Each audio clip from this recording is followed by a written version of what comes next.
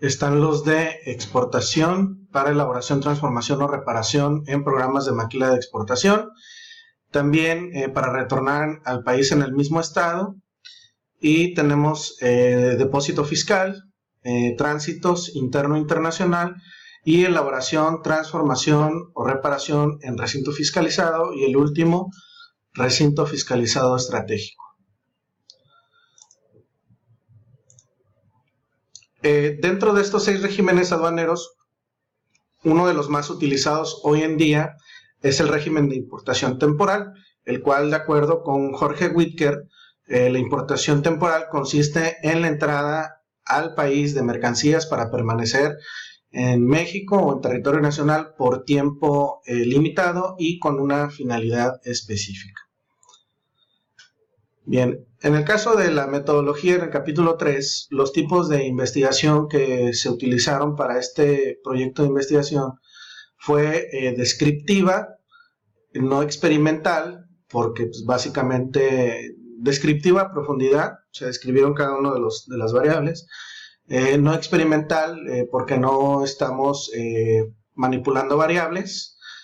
y es exploratoria de campo, porque salimos a entrevistar a empresas, y mixta, pretendió ser mixta, es decir, cualitativa y cuantitativa, por la interpretación de datos y por la interpretación de las entrevistas. Para determinar la muestra dentro de la metodología, pues lo primero que hicimos fue buscar las empresas que tienen beneficio de este programa IMEX aquí en la región sur del Sonora, dándonos un total de 10 empresas, de acuerdo con datos de la Secretaría de Economía, 10 empresas ubicadas en el municipio de Navojoa y parte del sur del estado. Para poder determinar nosotros la muestra, pues tuvimos que utilizar la fórmula n igual a z cuadrada por la probabilidad, entre la probabilidad que no ocurra el evento, entre el número de la población, sobre el tamaño de la población por el error de estimación, más z cuadrada por PQ, ¿no? Que en este caso pues nos da. Finalizando ya el cálculo de la muestra, pues nos dio 9.74 empresas, es decir, a 10 empresas en total. Sin embargo, pues prácticamente sería una muestra censal y pues nos iba a llevar más tiempo. Entonces, lo que hicimos fue utilizar la metodología propuesta por Mato y Casal, utilizando una fórmula que ellos utilizan que se llama fórmula correctora para muestras pequeñas, dándonos como una muestra de 5. Entonces, y por lo tanto, en función a la base de datos obtenidas y de la fórmula correctora, el estudio se aplicó a 5 empresas con programa IMEX del municipio de Navojoa, seleccionándolas de forma aleatoria. Dentro de la bitácora que se registró en la bitácora de campo, pues lo primero que hicimos, como lo mencionamos ahorita, fue explorar diversas bases de datos como INEGI, el DENUE, la propia Secretaría de Economía, para obtener el universo de las empresas que actualmente cuentan con este programa de las industrias manufactureras mexicanas y de servicio de exportación en Navojoa. Al explorar precisamente las empresas, pues pudimos obtener la lista muy específica con más de 6,000 empresas, unidades económicas en el país. Dentro de todo ese listado, pues encontramos al municipio de Navojoa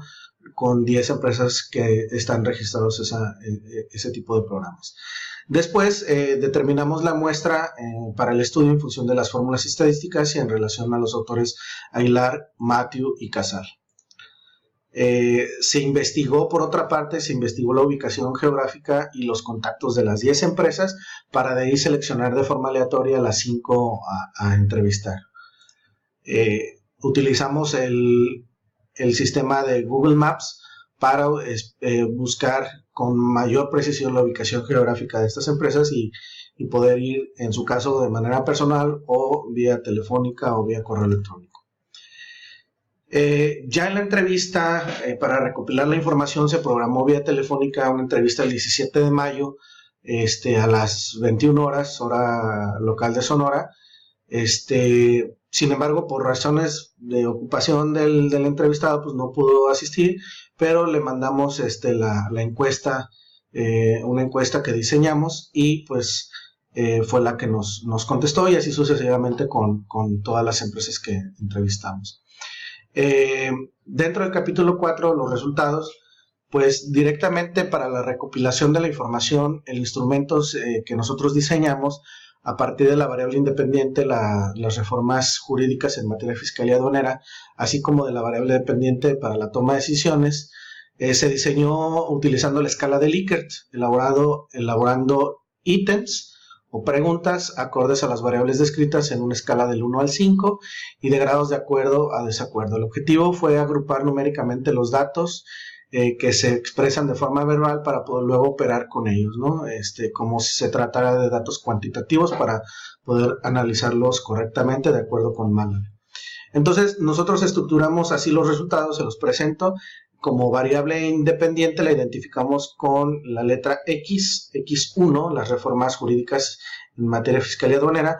y los sujetos pues fueron las empresas encuestadas, y X11 fue la pregunta número 1 de esa variable, X12 la pregunta 2 de la variable X1, y así sucesivamente hasta ver las 10 preguntas que se analizaron. Pues entonces aquí tenemos las respuestas con los patrones del 1 al 5, y que vamos a explicar en el apartado de anexos qué significa, ¿no? En el apartado ya de los resultados, pues de manera más específica, las empresas encuestadas respondieron lo siguiente. En relación a la variable X1, las reformas jurídicas en materia fiscal y aduanera con respecto a los conocimientos y aptitudes, si estaban conscientes, se les preguntó si estaban conscientes de la necesidad de observancia de los aspectos legales y fiscales, a lo que el 100%, como vemos aquí en la pregunta número 1, a lo que el 100% de los encuestados estuvo completamente de acuerdo en relación al perfil, en relación al perfil del puesto. Se les preguntó en el siguiente ítem, se les preguntó a los encuestados del departamento de Impo y Expo si contaban con el perfil idóneo para entender, analizar y aplicar las normas legales y fiscales,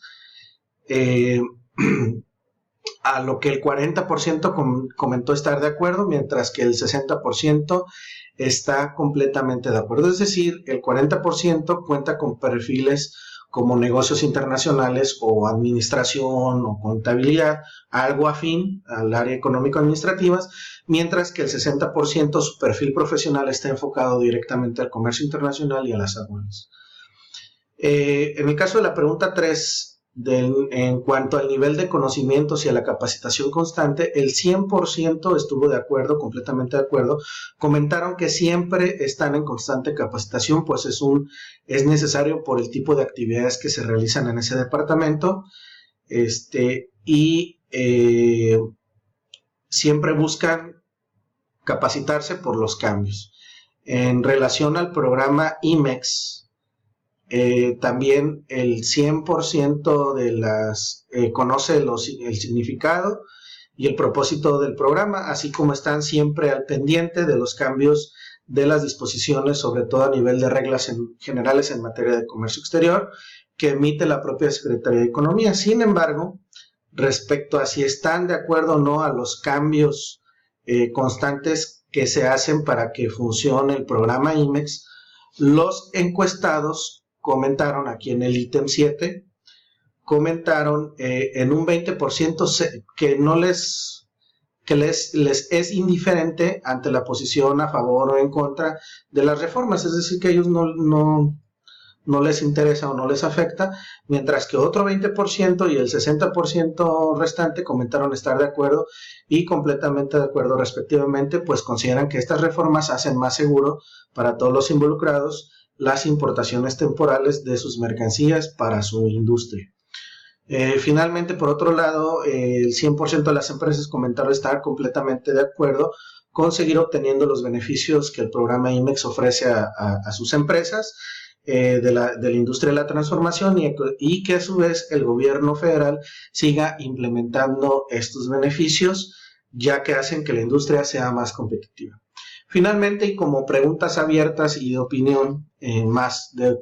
corte cualitativo, pues se les preguntó cuáles son los retos para las empresas en cuanto a la parte legal y fiscal del programa IMEX, a lo que la mayoría libremente expresó que el principal reto es estar en constante cumplimiento con el programa, ya que ha tenido cambios tratando de establecer mejores controles a las empresas que cuentan con este programa. Por ejemplo, en tema muy específico, las fracciones arancelarias sensibles, además de cumplir con otros programas que se complementan con el programa IMEX, como la certificación en materia de IVA y del impuesto especial sobre producción y servicios, por ejemplo, de tal manera que estas empresas puedan seguir gozando del principal beneficio que anteriormente tenían, ¿no? Es decir, el no pago del impuesto al valor agregado en importaciones temporales, y el cual al día de hoy solo les puede acceder mediante una certificación en materia de impuestos al valor agregado y en materia de impuesto especial sobre producción y servicios o de esquemas de garantías. Y ya finalmente en el capítulo 5 presentamos 4 conclusiones muy puntuales. La primera es que para las empresas maquiladoras en el país es importante buscar en todo momento los beneficios que el gobierno ofrezca. Esto, claro, con el objetivo de reducir costos y ser más competitivos en un mercado más globalizado. Número 2, las empresas encuestadas en promedio afirmaron estar al tanto de los beneficios del programa IMEX, así como de las disposiciones jurídicas que las norman, pues de ello dependen en gran manera del funcionamiento óptimo de las mismas. Y en tercer lugar, la mayoría de las empresas expresó que el principal reto es estar en constante cumplimiento con el programa, hacer observaciones de todos los cambios, con el objetivo de ellos tener mayor control y pues, lógicamente obtener beneficios en temas muy específicos de la industria. Y finalmente, el principal beneficio que ellos ven en el programa es precisamente el no pago de impuestos, como el caso del impuesto al valor agregado y el impuesto especial sobre producción y servicios, que finalmente son esquemas de garantías para las empresas. Y ya como parte final, pues les presento las referencias en orden alfabético y de acuerdo al estilo APA, sexta edición, todas las referencias que